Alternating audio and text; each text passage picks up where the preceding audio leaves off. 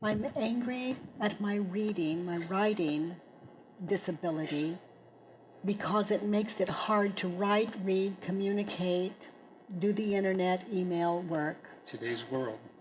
Today's world, yes. So I'm angry at my reading and writing disability. So you need to read and write. Is that true? Only to communicate with somebody who is not in the present location. So you need to read and write at all, even for that reason. Is it true? No. How old are you? 43. You've been okay for 43 years. I don't know if I'd use the word okay. Well, other than your thinking, how's your body? My body's great. You've been okay for 43 years. Yeah. Except for your thoughts, hasn't your body done well? How is it not done well? No. Other than your thoughts, your body has done well. Yes. No problem. No. So you want to learn to read and write. It's not a function of wanting to learn. I've had all the education possible to try to teach me how to read and write. You need to read and write, is that true? No.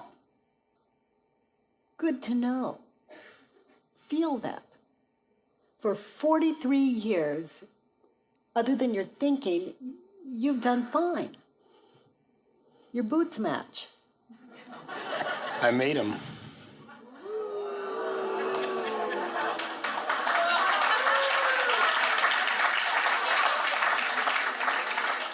People who read and write may have a problem with that. I know. We're too busy reading and writing. My mind does not work in 2-dimension, it works in 3-dimension.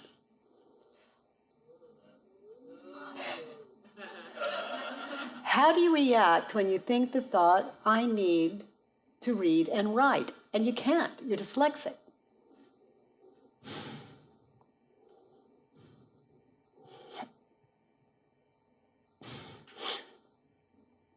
I'm ashamed, I'm embarrassed. Society takes it for granted. It hurts.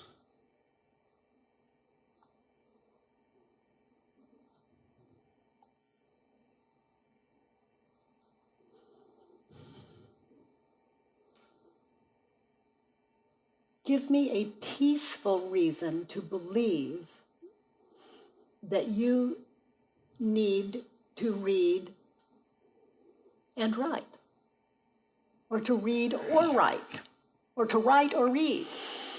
It'd be nice to be able to help my 10-year-old son with his homework. Oh, really? Well, you've been spared. You're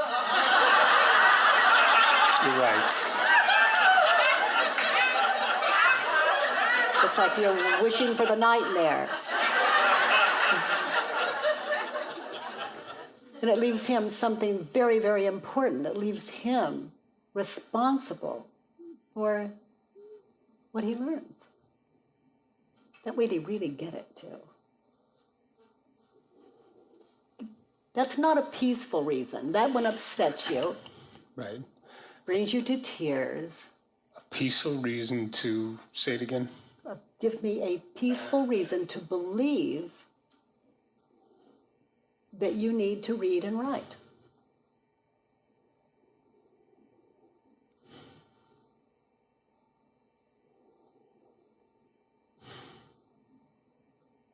There isn't a peaceful reason. So I need to learn to read and write. Turn it around.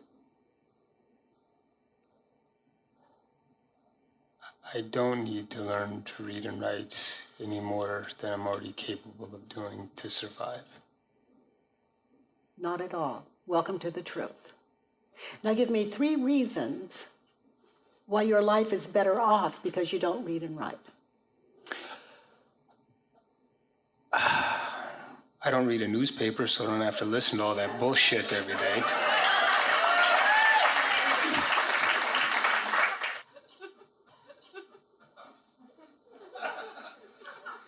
I use my imagination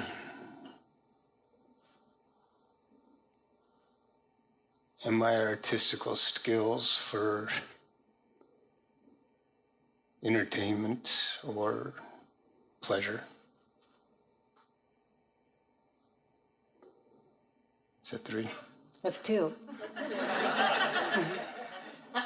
Why is your life better because you don't read and write? That's 2. Why is my life better?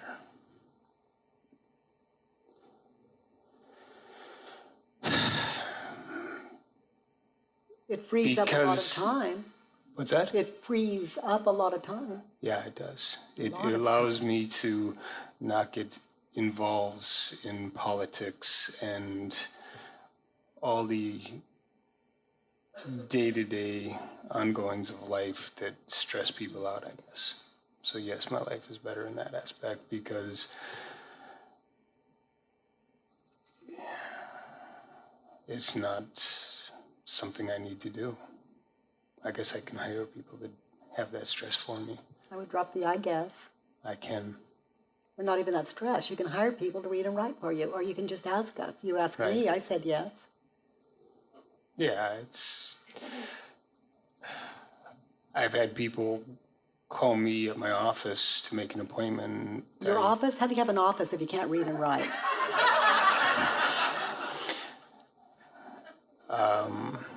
So, sweetheart, it says here, I'm angry at my writing disability. You are disabled. Is that true? Let's define disabled. Yeah. For sure. Other people can do your reading and writing for you. It frees you up to do other things, to allow your creative... It gives you a lot of time. It's humiliating when I ask somebody how to spell something. They say, "What are you, stupid?" Well, what is the answer to that? No. There you have it.